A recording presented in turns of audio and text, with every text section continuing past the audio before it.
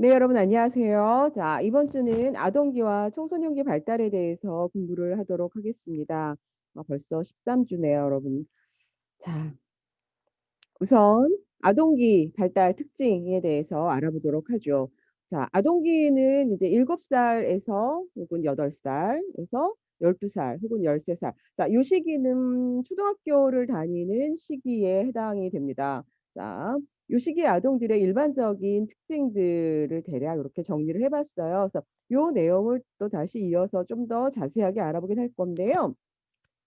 자, 아동기는 이제 생활의 중심이 가정에서 학교로 이동하는 시기입니다. 그래서 이 학교에서의 여러 가지 수행이라든지 또 학교에서의 적응이라든지 이것이 굉장히 중요한 발달 과업이에요. 그래서 우리가 이제 에릭슨에 의하면 이 시기는 학교에서의 여러 가지 수행이나 적응을 통해서 뭐가 발달한다고 얘기했죠? 근면성이 발달하는 시기다. 자, 근면성이 발달하지 않을 경우에 즉 학교에 잘 적응하지 못할 때 여러 가지 수행이라든지 적응에 어려움이 있을 때 아이들이 무엇을 느낀다? 열등감을 느낀다라고 하는 거죠, 여러분들. 자, 이러한 근면성은 아이들의 뭐에 영향을 줘요? 자존감 형성에 굉장히 영향을 미칩니다. 자, 반면에 열등감을 형성한 아이들은 낮은 자존감을 형성할 수 있겠죠. 그래서 요런 것들이 요 시기에 굉장히 중요한 내용이라고 여러분들이 이해하시면 될 것 같습니다.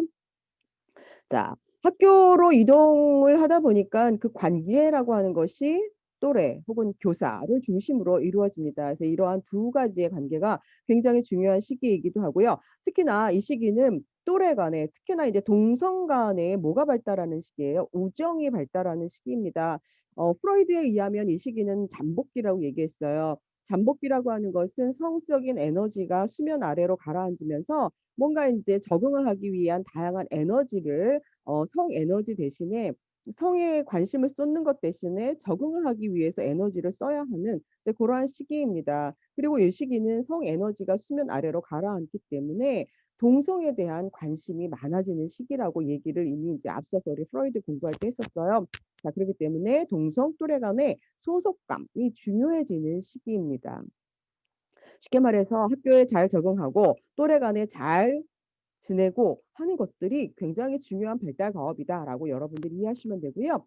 특히나 인제 아동기 시기 같은 경우에는 물론 유아기에도 운동 능력이라든지 신체 능력이라든지 이런 것들이 꾸준히 발달하지만 아동기에 와서는 이러한 운동 기능, 운동 능력, 신체 발달 정도 이런 것들이 더욱더 아이들의 심리적인 발달에 영향을 미쳐요. 특히나 뭐 축구를 잘한다거나 운동을 뭐 다른 운동을 잘한다거나 하는 거와 같이 이런 운동 기능의 발달은 아이들이 자신감을 형성하는 데 굉장히 중요하고 이러한 자신감은 자신의 어떤 개념, 자아 개념이라고 얘기하죠. 자아 개념을 형성하는 데에도 긍정적인 영향을 미쳐요.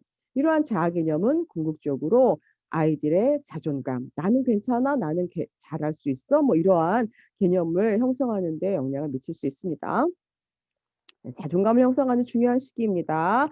자, 그러한 측면에서 이러한 운동 기능의 발달도 굉장히 영향을 많이 미친다라고 하는 시기가 바로 아동기예요. 자, 아동기는 이제 자아 중심성에서 벗어납니다.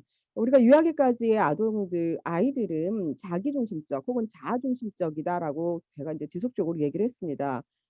타인의 어떤 관점이라든지 타인의 입장이라든지 이런 것들을 이해하지 못하는데 이제 아동기에 와서는 이 자아 중심성 이런 것들이 벗어나게 되는 시기예요. 그래서 객관적으로 사물 혹은 객관적으로 상황 또는 객관적으로 다른 사람들의 입장 이런 것들을 이해하고 판단할 수 있는 이제 그러한 능력들이 발달합니다. 이제 그러면서 타인의 관점을 이해할 수 있는 이런 능력이 발달한다라고 하는 것들.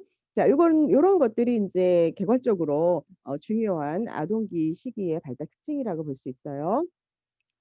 그럼 좀 더 자세하게 살펴보도록 하겠습니다. 자, 먼저 이제 신체 발달과 관련해서 자, 아동기 시기도 굉장히 길죠, 여러분들. 초등학교 1 학년에서부터 6 학년까지 시기 근 6 년의 시기입니다. 그렇기 때문에 뭐 급속도로 1년 동안에 확확 성장이 이루어지지는 않아요.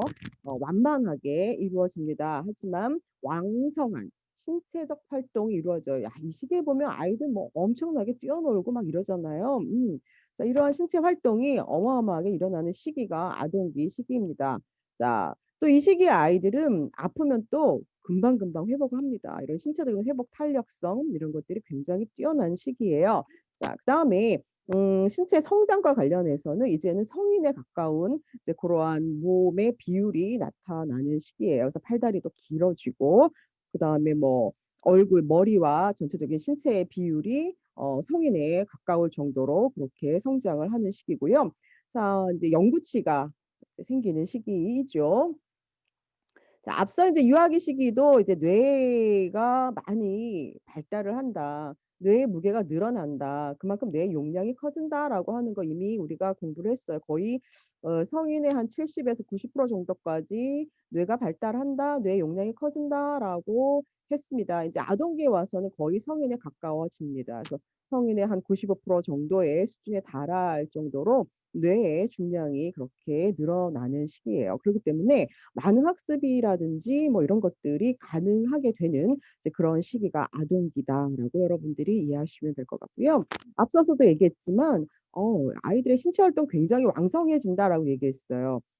그와 더불어 이제 운동 기술이 이제 어마어마하게 발달하죠. 그다음에 인제 근육의 뭐 여러 가지 세기라든지 뭐 이런 것들 정교화 뭐 이런 것들이 이루어지고 있어요. 그렇기 때문에 다양한 신체 활동, 다양한 운동 뭐 이런 것들을 해낼 수가 있는 거예요. 그래서 요 시기에는 인제 보통 이제 운동을 잘하거나 뭔가 이제 그런 신체적인 활동을 잘하는 아이들이 인기가 되게 많아요. 자 그러다 보니깐 이러한 운동 기능의 발달이라든지 신체 활동을 잘하는 요러한 능력들은 아이들의 긍정적인 자아 개념 형성에 영향을 미치고요. 긍정적인 자아 개념은 궁극적으로는 자존감을 형성하는 데 굉장히 영향을 많이 줍니다. 자 여기 제가 잠깐 이제 자아 개념을 형성하는 요인들을 몇 가지 적어 놨어요. 자 우리가 자아 특히 인제 이거는 학령기 즉 아동기에 해당하는 아이들의 자아 개념은 크게 요렇게 세 가지 요소로 구성될 수가 있어요. 신체적으로 나에 대한 어떤 그런 개념 그다음에 이 신체적 자아는 뭐 키가 크다거나 운동을 잘한다거나 같은 모든 것들을 포함합니다. 그다음에 사회적 자아라고 하는 거는 또래와의 관계를 맺는 것들 그래서 또래와 친구가 많거나 아니면 또래하고 잘 지낸다거나 하는 이러한 것들. 그다음에 학업 성취 또는 학교 적응과 관련된 요런 학업적 자아. 이 세 가지가 아동기 시기에 자아 개념을 형성하는 중요한 요인들이에요. 자 그렇게 봤을 때 이러한 신체적인 자아, 특히 운동 기능의 발달과 관련된 신체적인 자아는 아이들의 긍정적인 자아 개념을 형성하는 데 영향을 많이 미친다라고 하는 거예요. 자 아동기에 이제 두드러지게 우리가 살펴봐야 될 또 내용 중에 발달적인 그런 내용 중에 하나가 지능의 발달입니다. 물론 유아기 시기에도 아이들은 끊임없이 이제 지능이 발달하죠. 왜냐하면 이제 뇌가 계속적으로 인제 늘어나기 때문에 지능이라고 하는 것들이 발달하고는 있습니다만 우리가 이제 지능이라고 하는 거는 자 지능의 발달 곡선을 잠깐 설명을 드리면 여러분들 뭐 비네 뭐 라고 하는 비네라고 하는 학자는 이제 프랑스 학자인데요. IQ라고 하는 요 실험 도구를 가장 먼저 만든 학자예요. 그래서 이 IQ라고 하는 이 지능 검사죠. 그러니까 이 지능 검사는 실은 이제 학습이 좀 어려운 학생들과 아니면 이제 정상반 보통 이제 그렇게 얘기를 하는데 이제 그런 학생들을 좀 이렇게 뭔가 가르기 위해서 만든 검사 도구예요. 근데 요즘에는 이제 막 이제 아이들이 머리가 얼마나 좋은지를 우리가 알기 위해서 쓰는 그런 도구를 쓰는데요. 초기에 인제 이 지능 검사의 활용 목적은 이제 그런 학습을 좀 어려워하는 아이들을 이렇게 쪼끔 걸러내기 위해서 만든 그런 도구라고 합니다. 자 이렇게 인제 비네가 만든 IQ 실험 도구를 통해서 실험해 봤을 때 지능의 발달 곡선은 이렇게 이루어지는 거예요. 완만하게 이렇게. 자 그랬을 때 대체적으로 이렇게 꾸준히 왕성하게 이렇게 곡선 요렇게 이제 직선을 그리다가 완만한 곡선을 이룹니다. 보통 인제 청소년기에 가서 지능이 거의 완성이 되거든요. 그렇기 때문에 청소년기에 와서는 이렇게 완만하게 곡선을 이루는데 그전까지 아동기까지에는 이렇게 직선적으로 이렇게 발달하는 양상을 보이고 있습니다. 자 지능의 발달, 아동기의 시기에는 굉장히 중요한 그런 발달 과업들 중에 하나인데요. 지능이라고 하는 건 여러분들 그런 거예요. 뭔가 합리적으로 사고할 수 있는 능력, 그다음에 어떤 문제에 우리가 부딪혔을 때 그것을 효과적으로 해결할 수 있는 능력, 뭐 이런 것들, 뭐 환경에 그래서 잘 대처할 수 있는 능력, 자 이러한 총체적인 능력을 우리가 지능이라고 보통 얘기합니다. 그래서 우리가 흔히 이제 지능은 뭐 "머리가 좋아."라고만 그렇게 알고 계시는데요. 우리가 머리가 좋다라고 하는 거는 합리적으로 사고하고 판단하고 그다음에 적절하게 대처하고 문제를 해결하고 그래서 적절하게 환경에 대처할 수 있게 하는 이제 그러한 것들을 우리가 지능이라고 보통 이야기를 합니다.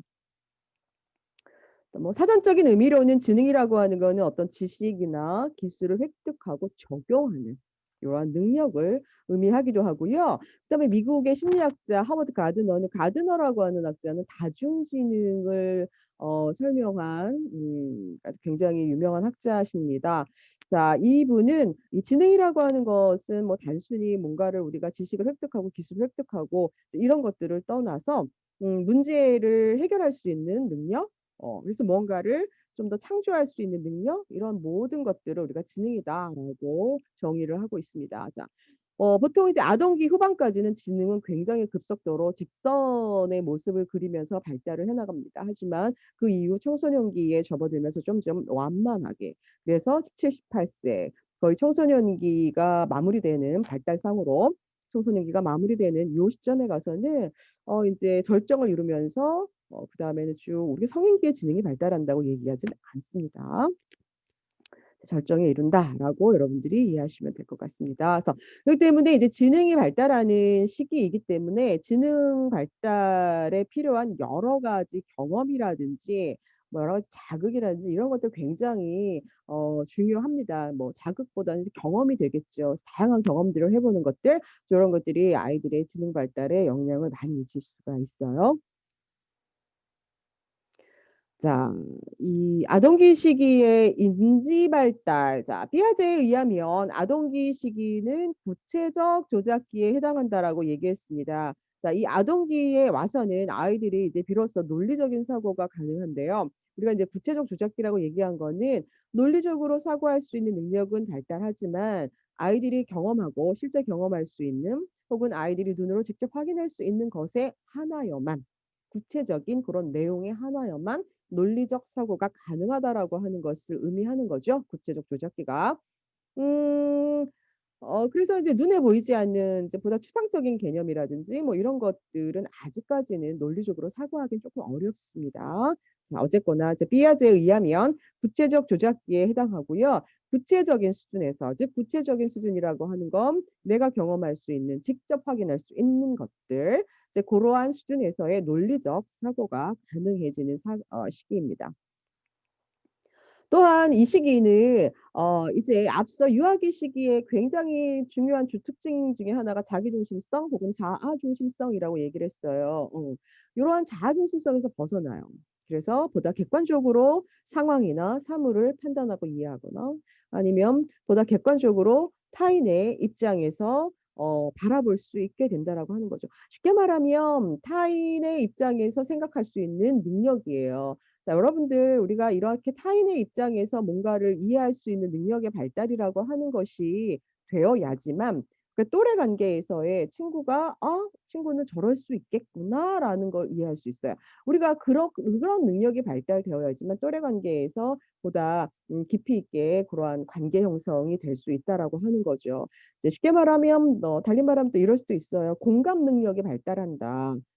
즉 친구의 그런 감정이라든지 생각을 이해할 수 있는 그런 능력인 거죠. 이게 모두 다 자아 중심성에서 벗어날 때 가능한 그러한 일들입니다. 음 그래서 우리가 이제 "타일 중심화 경향이 나타난다."라고 얘기를 해요.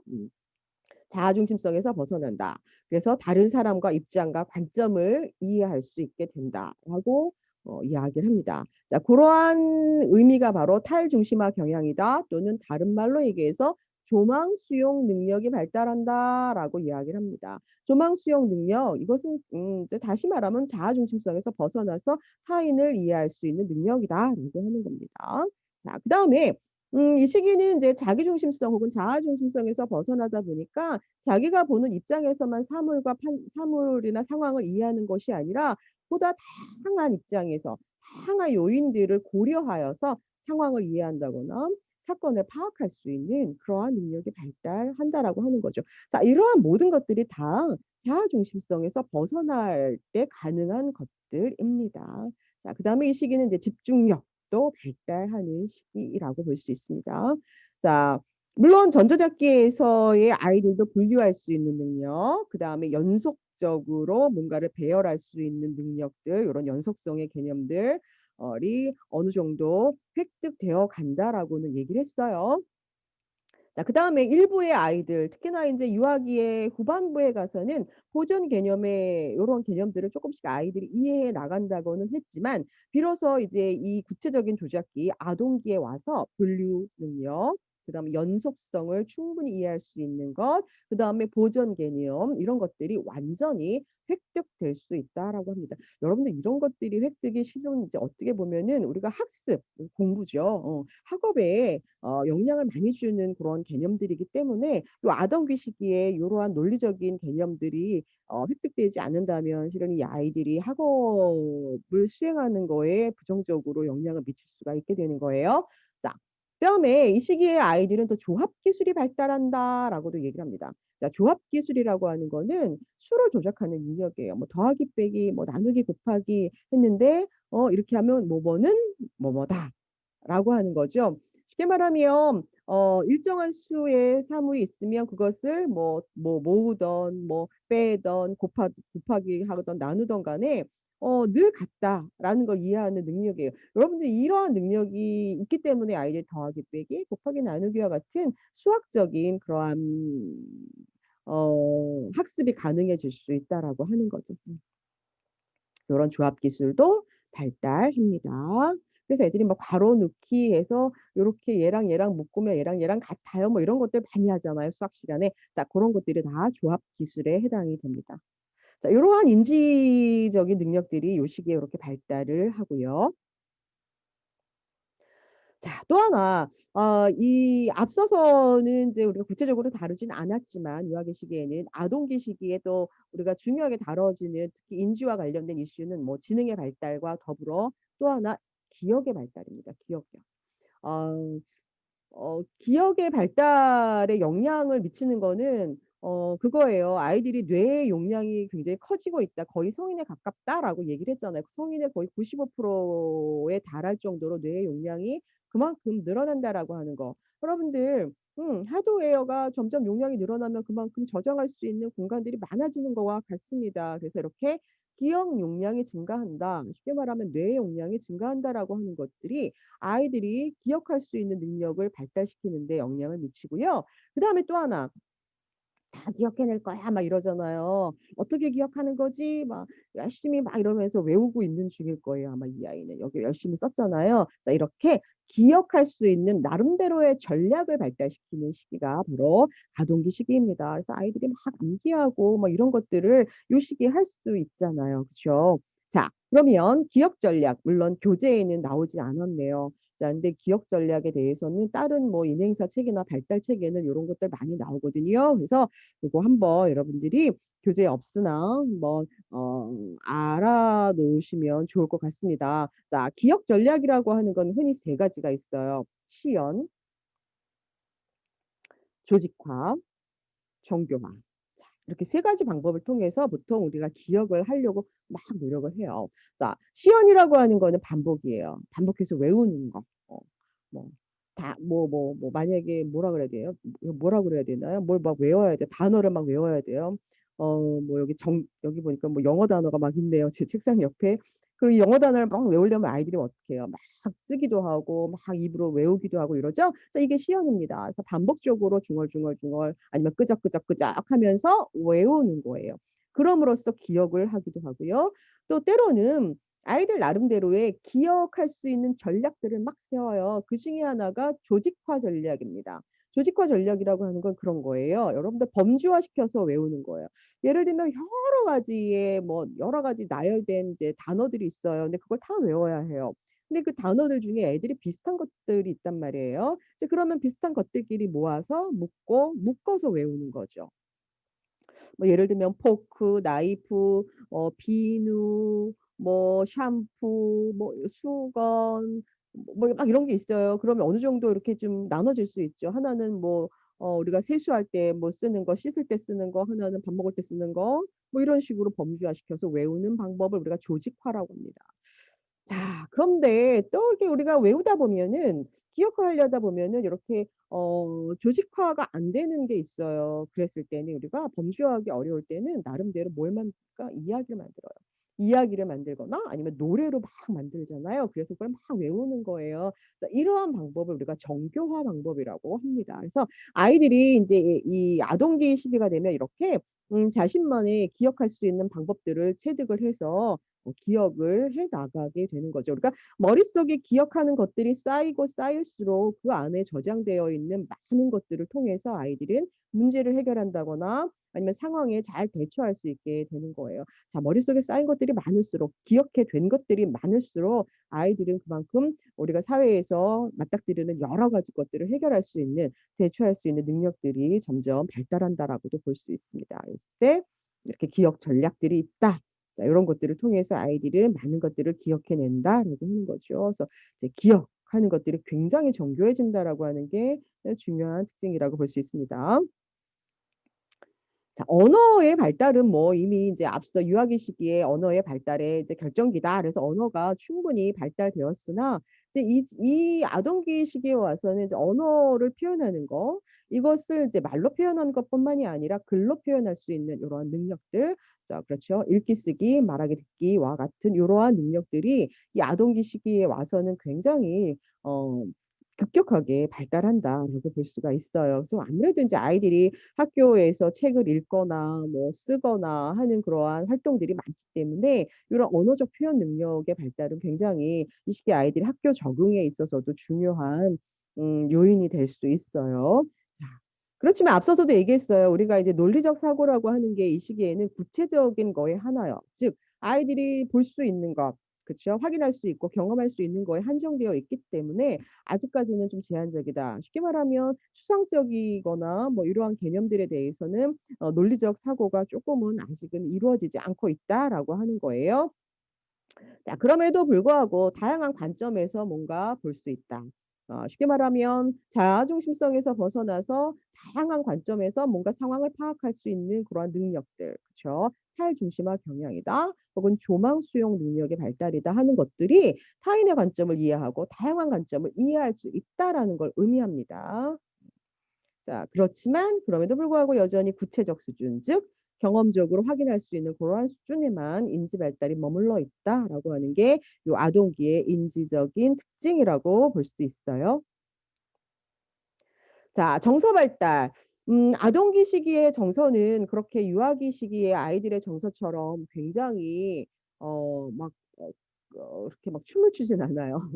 유아기 시기는 앞서서도 얘기했지만 아이들이 어떻다 그랬어요? 막 엄청나게 막 일시적으로 막 정서가 왔다 갔다 하고 굉장히 정서를 표현하는 것도 엄청나고 막 그렇다라고 얘기를 했잖아요. 근데 아동기 시기는 정서 표현에 있어서 굉장히 이렇게 둔한 시기라고 볼 수 있습니다. 자, 요러한 특징은 이 프로이드에 의하면 잠복기의 그런 어떤 성향이기도 합니다. 그러니까 잠복기라고 하는 게 굉장히 많은 것들이 이렇게 수면 아래 가라앉혀 놓는 거예요. 그렇기 때문에 정서적인 어떤 막 왔다 갔다 하는 이러한 것들도 좀 잠잠해지는 이제 그러한 상태가 되는 것을 의미합니다. 그래서 요렇게 잠잠해져야지만 실은 학교 생활 적응도 적절하게 잘하고 또래와의 관계에도 잘 맺을 수 있고 학업에 집중할 수도 있게 되는 거예요. 그래서 정서 표현이 너무 왔다 갔다 하면 아이들이 다른 거에 적응할 수 있는 게 굉장히 방해를 받아요. 그렇기 때문에 요 시기는 특히 인제 아동기 시기에는 정서가 이렇게 좀 잠잠한 시기다라고 여러분들이 이해하시면 됩니다. 뭐 물론 이제 감정들이 계속적으로 발달하고 또 세분화되고 분화되고 더 섬세합니다. 물론 이제 유아기에 비해서 굉장히 좀 더 분화되고 섬세한 감정들을 많이 가져요. 아이들이 막 시기심, 질투심 이런 것들 뭐 좌절감 막 이런 것들 막 경험하잖아요. 요런 어떤 섬세한 그런 정서들이 많이 나타나기는 하지만 그러한 정서들은 막 있는 그대로 표출하지는 않습니다. 자, 요 시기가 되면은 특히나 자신이 감정을 표출하고자 하여도 억제하는 것 이런 것들을 굉장히 많이 나타내게 됩니다.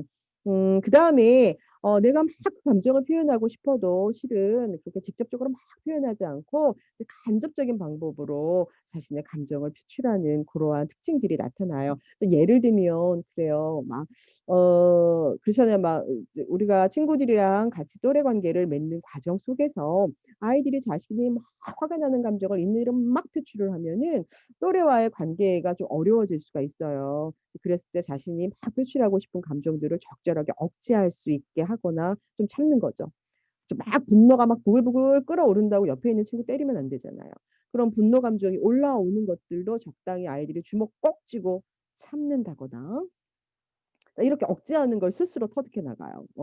그다음에 간접적인 방법으로 뭐 예를 들면 이거 좀 막 화를 내고 싶지만 그렇게 하면은 좀 안 되기 때문에 그쵸? 막 누군가를 막 때리고 싶고 화를 내고 싶고 이러한 뭐 감정을 표출하고 싶지만 이제 이렇게 용인되지 않는 방법이잖아요. 이제 그랬을 때 아이들은 이제 언어로 보통 자신의 감정을 많이 간접적으로 표현해요. 쉽게 말하면 친구들하고 같이 막 그렇게 표현하고 싶은 감정을 뭐 말로 비꼰다거나 뭐 이런 식으로 아이들이 좀 더 간접적으로 자신들의 감정을 표출하는 그런 방식들을 터득해 나가는 시기예요. 그렇기 때문에 자신의 감정을 있는 그대로 막 격하게 표출하거나 이러지는 않아요. 억제하고 간접적인 방법. 그래서 인제 언어로 막 아이들이 막 비꼬고 막 언어로 막 그렇게 서로 막 자신의 감정을 말싸움하고 뭐 이런 것들을 요 시기에 많이 보잖아요. 그래서 이러한 것들이 이제 주로 간접적인 감정 표출 방법이라고 볼 수 있고요. 자 물론 이제 유아기도 상상력이 발달하지만 아동기 시기 아이들은 굉장히 상상력이 져요. 근데 이제 문제는 뭐냐면 이러한 상상력의 발달은 아이들로 하여금 정서적인 측면에서 긍정적인 측면도 있지만 부정적인 측면도 있어요. 뭐 예를 들면 상상력의 발달은 아이들로 하여금 불안감 이런 것들을 느낄 수 있게 해 줍니다. 특히 유아기 시기에 아이들의 상상의 발달은 그런 거죠. 뭐 귀신이 있어요. 아니면 저게 막 물활론 이런 게 있잖아요. 막 살아서 움직여요. 불안해요. 뭐 이런 것들을 느낀다면은 이제 요 시기에 와서는 아동기 시기에 와서는 아이들이 사회적 관계와 되어서 불안감을 훨씬 더 많이 경험을 해요. '내가 이거를 실패하면 어떻게 하지? 저 친구가 나를 놀리면 어떻게 하지? 저 친구가 나를 끼워주지 않으면 어떻게 하지? 선생님이 나를 미워하면 어떻게 하지? 내가 이 시험을 못 보면 어떻게 하지? 엄마한테 혼날 것 같아.' 뭐 이런 것들 일상 수행, 일상생활과 관련된 것, 그다음에 아이들의 또래 관계와 관련된 것, 그다음에 과학과 관련된 것 이러한 것들을 아이들이 막 상상을 함으로써 그런 불안감들을 많이 경험을 한다라고 하는 거죠. 그래서 이러한 불안감들은 물론 상상력이 풍부해지는 거지만 대체적으로 그 사회적 관계와 관련돼서 혹은 과업 수행과 관련된 이러한 측면에서 불안감들을 많이 경험을 하게 된다라고 하는 거예요. 그래서 있지도 않은 거에 대한 이런 상상을 막 하면서 불안을 경험을 하게 됩니다. 자 이제 인지적인 거 정서적인 특징까지 알아봤고요. 자 이 시기에 아이들이 이제 사회적인 특징들을 몇 가지 한번 짚어 볼 게 있어요. 자 이 아동기 시기는 이제 가정에서 벗어나서 학교라고 하는 곳으로 자신의 모든 생활의 장이 옮겨져 왔습니다. 그렇기 때문에 학교라고 하는 곳은 아이들이 배우는 곳이기도 하고 그걸 통해서 자기가 뭔가를 성취하는 곳이기도 하고 또래 관계를 맺는 곳이기도 하고 자신의 개념을 형성하는 그러한 중요한 장이 될 수가 있습니다. 그래서 학교에서의 적응, 학교에서의 어떤 그런 성취 이런 것들은 이 시기 아이들한테는 너무나 중요하다라고 볼 수가 있습니다. 그래서 앞서서도 얘기했지만 에릭슨이 이 시기 아이들이 이러한 적응들을 잘 해냈을 때 아이들이 근면성이 발달하지만 그렇지 못했을 때는 열등감이 발달한다. 그래서 학교라고 하는 것은 아이들의 그런 어떤 자아 발달, 사회성 발달에 너무 중요하다라고 강조가 될 수가 있습니다. 일단 많은 아이들은 이제 학교에 대해서 긍정적인 태도를 갖고요. 우리가 이제 학교에 잘 적응하는 게 특히 아동기에는 너무 중요해요. 그래서 아동기 시기에 이런 어떤 내적인 특징들 뭐 자존감이 높다거나 뭐 정서적으로 안정됐다거나 하는 그런 내적인 특징들도 아이들이 학교 적응에 영향을 미치기도 하고 또 하나 아이들이 학교를 잘 적응하는 데 영향을 미치는데 아주 중요한 영향을 주는 분이 바로 엄마 아빠죠. 부모님이죠. 부모님이 아이에 대한 태도, 뭐 아이에 대한 어떤 애착 뭐 이런 것들이 긍정적으로 맺어졌을 때 아이들은 학교 생활을 잘 적응할 수 있고, 뿐만 아니라 선생님이 아이에 대한 어떤 태도 이런 것들이죠. 아이를 긍정적으로 바라보느냐 그렇지 않느냐에 따라서 아이들이 학교 생활을 잘 적응하느냐 안 하느냐에 대해 영향을 굉장히 많이 미칠 수 있습니다. 그렇기 때문에 이렇게 엄마 아빠 혹은 선생님이 어떤 태도를 갖고 있느냐가 굉장히 중요하고요. 요즘은 이제 부모님들이 예전과 달리 이제 학교 선생님에 대해서 그렇게 크게 신뢰하지 않는 부분도 있는 것 같습니다. 이제 하지만 우리가 이제 학교를 다니는 아이들에게 있어서 부모님이 선생님에 대한 교사에 대한 그런 어떤 신뢰, 존중 이런 것들은 아이들이 학교 생활 적응에 굉장히 긍정적으로 영향을 미칠 수가 있어요. 그렇기 때문에 부모님들이 요러한 태도도 굉장히 중요하다고 볼 수가 있죠. 자, 학교 생활의 적응도 중요합니다. 하지만 학교 생활을 적응하는 데 또 영향을 미칠 수 있는 게 또래예요, 또래. 자, 이 시기는 거의 인제 또래 관계가 너무 중요한 시기잖아요. 그쵸? 물론 청소년기도 중요한 시기이긴 하지만, 자, 이 시기에 아이들은 또래와의 관계 속에서 내가 그 안에 소속되는 거. 그쵸. 이게 너무 중요해요. 내가 그 안에 이렇게 몰려다니는 아이들이 있잖아요. 무리를 져서 아이들이 보통 인제 서로 이렇게 관계를 맺고 그 아이들끼리 서로 친하고 이러잖아요. 근데 거기에 끼지 못할 경우에 아이들이 학교 생활도 실은 재미도 없고 뭔가 이제 아이들이 의욕도 없고 이제 이런 것들을 나타내 볼 수가 있어요. 그렇기 때문에 이 시기에 아이들이 이제 또래에 얼마나 잘 소속되느냐 이게 너무 중요하죠. 자, 왜냐하면 요 시기는 우정이 발달하는 시기예요. 그렇기 때문에 또래 수용도라고 하는 고러한 이제 개념이 있어요. 또래 수용도 그냥 말 자체가 이렇게 거창하게 되어 있으나 쉽게 말해서 또래에서의 소속감을 잘 느끼고 또래에 잘 섞일 수 있는 그러한 정도를 의미합니다. 그러니까 쉽게 말하면 이제 집단으로 무리끼리 이렇게 몰려다니는 그런 또래 친구가 있다라고 하는 고런 정도를 우리가 또래 수용도라고 합니다. 자, 이 시기는 이렇게 또래 안에 수용되는 정도에 따라서 아이들의 심리적인 발달, 뭐 학교, 사회적 발달 뭐 이런 데에 너무 영향을 많이 미치죠. 그렇기 때문에 또래에서의 이런 소속감은 너무나 중요한 사회적인 발달 과업이라고 볼 수가 있습니다. 그래서 사회성뿐만 아니라 자신감. 그쵸. 뭔가 내가 또래에 끼지 못했을 때 친구들과 우정을 발달시키지 못했을 때 아이들이 소외감을 느끼잖아요. 쉽게 말하면 인제 뭐 따돌림 같은 경우를 아이들이 경험을 한다면은 굉장한 소외감을 느끼면서 자신감도 굉장히 떨어지고 자아 존중감도 떨어지게 됩니다. 그러다 보면 자연스럽게 학교에 적응하는 게 너무 어려워질 수 있는 거예요. 자, 이렇게 이 시기에 학교에서의 적응 혹은 또래 안에서의 이런 소속감 이런 것들은 이 시기의 발달에 끝나는 것이 아니라 이후에 청소년기의 발달 더 나아가서는 성인기에 또는 다른 사람들과의 친밀감을 형성하는 데에도 영향을 미치기 때문에 아동기 시기에 이런 또래와의 관계를 잘 형성하는 건 무엇보다 중요하다라고 볼 수가 있고요. 자, 우리가 이제 또래에 잘 소속되고 또래하고 잘 지내는 아이들 보면은 또래에서 되게 인기가 많은 아이들이 특히나 이 또래 관계에서 굉장히 되게 자신감을 많이 가져요. 뭐 인기가 많다라고 하는 거는 뭐 여러 가지 요인들로 인해서 인기가 많을 수가 있어요. 뭐 운동을 잘한다거나 아니면 뭐 아이가 굉장히 재밌다거나 성격이 좋다거나 아니면 뭐 공부를 뭐 요즘에 뭐 공부를 잘하는 아이들을 중심으로 모이지는 않지만 어쨌거나 학교에서의 어떤 수행이라든지 적응이라든지 이런 거 잘하는 아이들이 보통 인기가 많아요. 그래서 이런 인기가 많은 아이들의 경우에도 또래 관계에서 굉장히 긍정적인 그런 영향을 미칠 수가 있습니다. 그래서 근데 이제 인기를 좌우하는 여러 가지 요인들 중에는 이런 아동이 갖고 있는 특성도 인기에 영향을 미치기도 하지만 아이들의 그런 어떤 사회 경제적인 어떤 요인들 이런 것들도 아이들의 요러한 인기에 영향을 미칠 수 있다라고 하는 거죠. 자, 뭐 글쎄 뭐 이 부분이 다라고 할 수는 없지만 이러한 것들도 인제 영향을 미칠 수가 있습니다. 자, 그다음에 또래에서의 이러한 영향력은 실은 이제 또래하고 시간을 많이 보내고 이제 부모님하고 이제 아동기가 이제 후반부가 점점 다가올수록 이제 부모님하고는 쪼끔 얘기가 좀 줄어들면서 또래 간에 서로 막 얘기하고 소통하는 이제 그런 시간이 점점 많아지잖아요. 이제 그럴수록에 또래 간의 영향력이 굉장히 커질 수가 있고요. 그 또래 친구들 간의 응집력, 즉 쉽게 말하면은 서로 친밀도죠. 이것이 클수록 또래가 갖고 있는 영향력이 큽니다.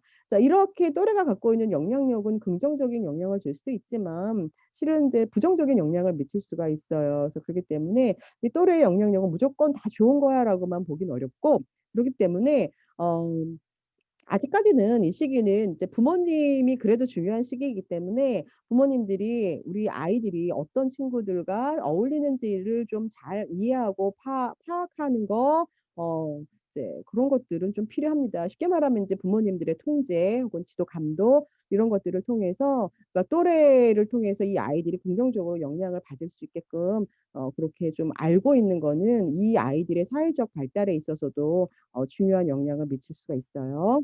또래 영향력 이렇게 있다라고 하는 거 이해하시고요.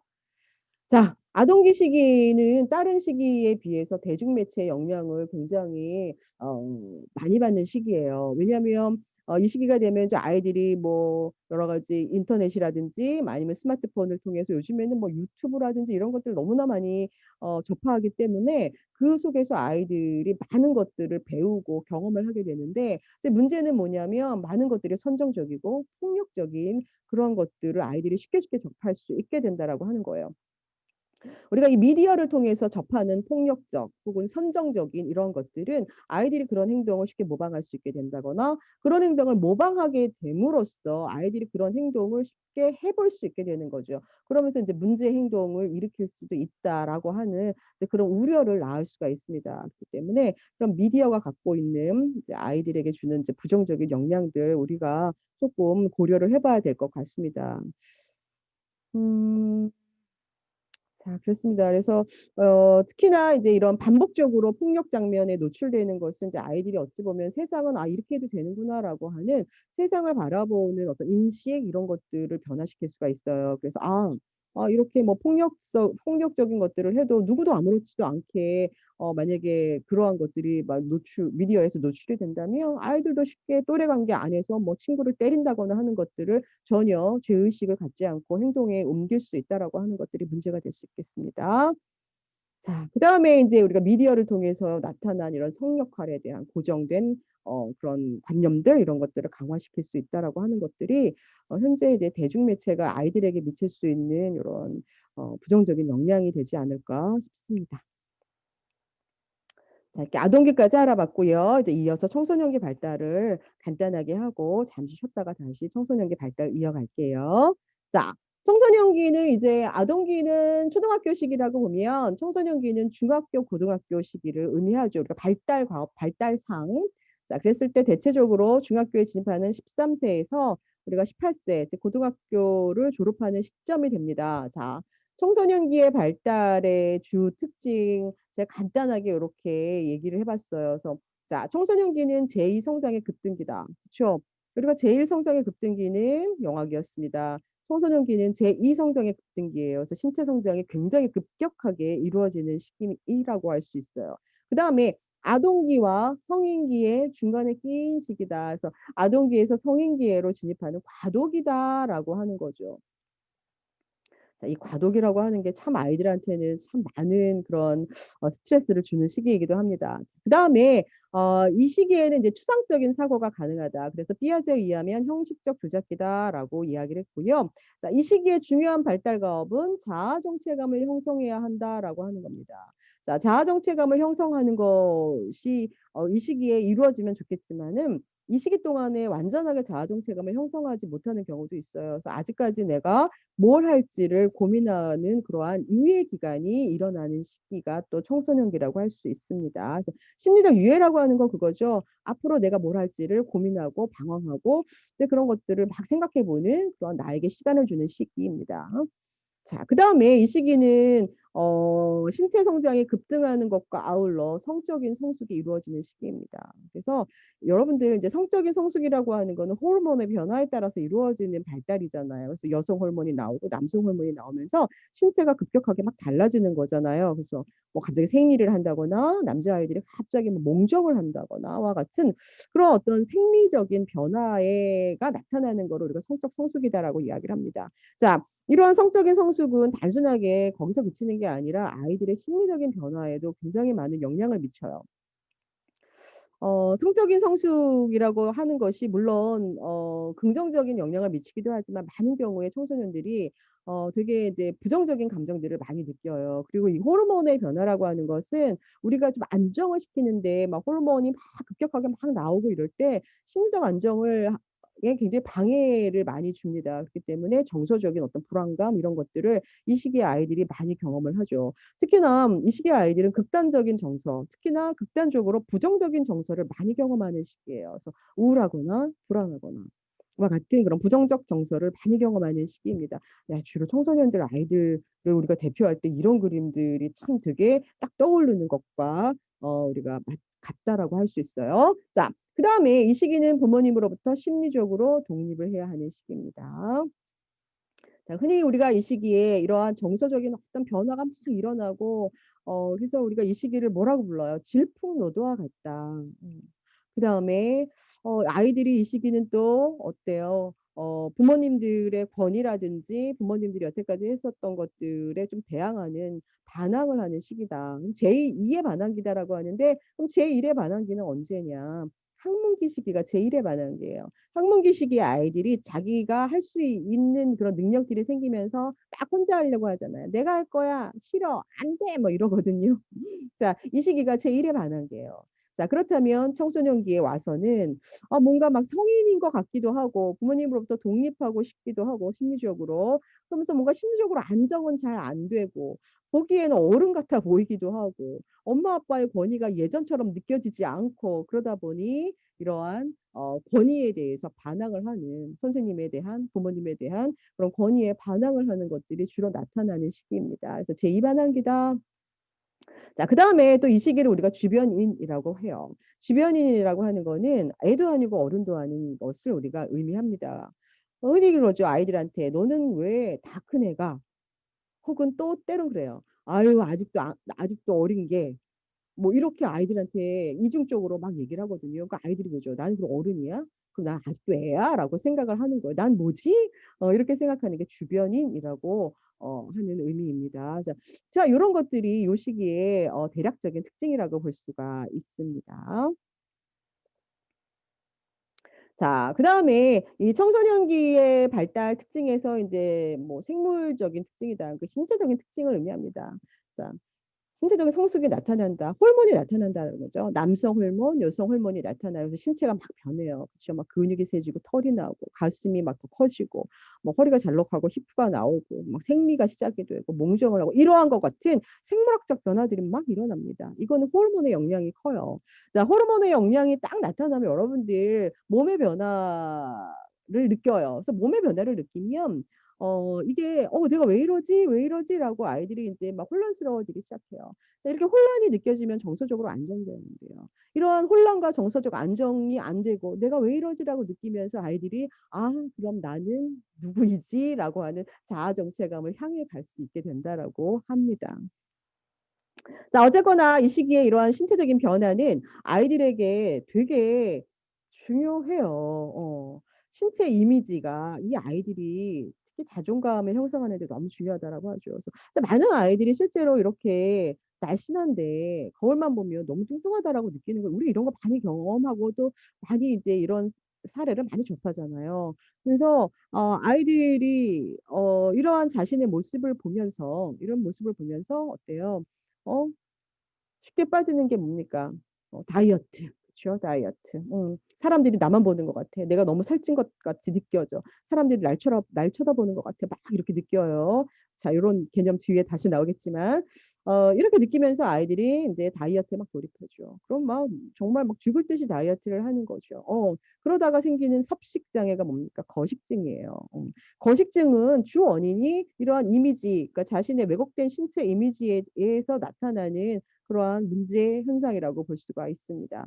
여러분들 섭식 장애라고 하는 건 먹는 거에서 나타나는 장애인데요. 두 가지가 있어요. 하나는 거식증이 있고 하나는 폭식증이 있어요. 거식증은 주 원인이 다이어트예요. 폭식증 같은 경우에는 심리적인 원인이 훨씬 큽니다. 심리적인 거 외부 환경과의 관련된 심리적인 요인에 의해서 폭식증이 나타납니다. 음. 그렇지만 어쨌거나 둘 다 궁극적으로 너무 심해지면 사망에 이를 수 있는 그러한 문제라고 볼 수 있습니다. 근데 이 아이들의 이런 신체 이미지가 너무 중요하다 라는 거죠. 이렇게 왜곡된 신체 이미지를 주로 갖고 있습니다.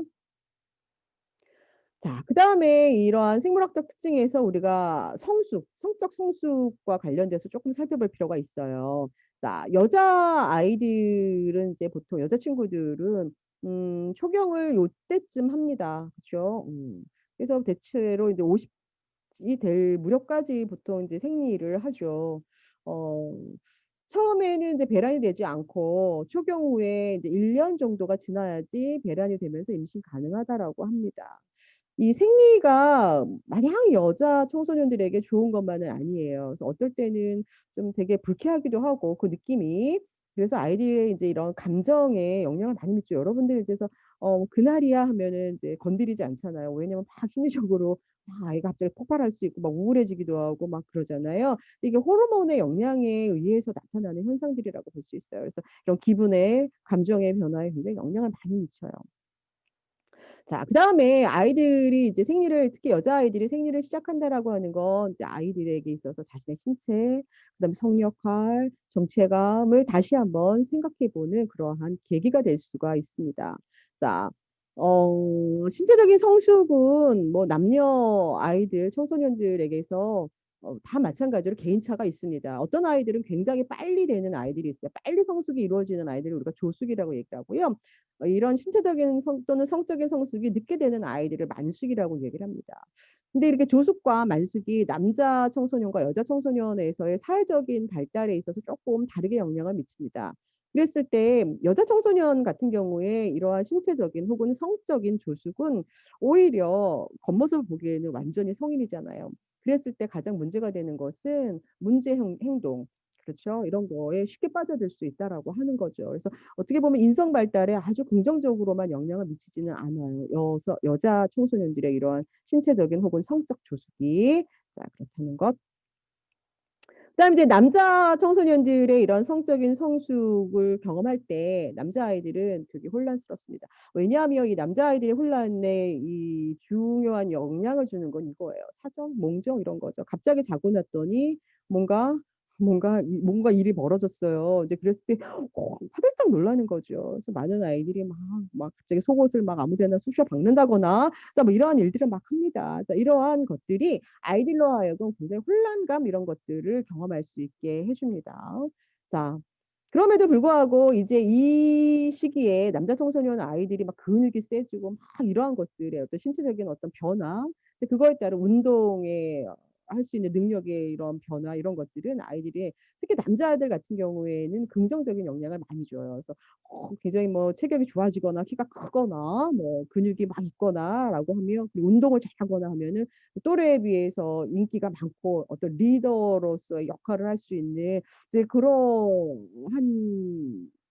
그러한 역할을 할 수 있거든요. 그렇기 때문에 아이들이 이제 긍정적으로 자신을 인식하게 되는 경우가 굉장히 높다라고 합니다. 그래서 여자 청소년과는 쪼끔 요러한 것들이 다르게 나타나는 현상이에요. 그래서 조숙한 남자아이들은 인제 긍정적으로 요런 것들이죠. 친구들이 그렇게 부럽게 쳐다보잖아요, 키 크고 막 이러면, 운동 잘하면. 그래서 긍정적인 자아 개념을 형성하지만 또래에 비해서 굉장히 인제 아직은 미숙하고 아직은 뭔가 발달되지 않고 키도 작고 아직은 애기 같고 막 이러면은 쪼금 자기가 좀 이렇게 '부족하다.'라고 생각하는 경향이 있어요. 이제 그래서 교우 관계에서도 다소 위축된 그런 모습을 보이기도 합니다. 그래서 이 남자아이들의 이런 미성숙 이런 것들은 오히려 아이들에게 좀 부정적인 영향을 미칠 수가 있습니다. 요렇게 남자아이들과 여자아이들의 성적인 혹은 신체적인 성숙이 쪼끔은 다르게 받아들여지고 있어요.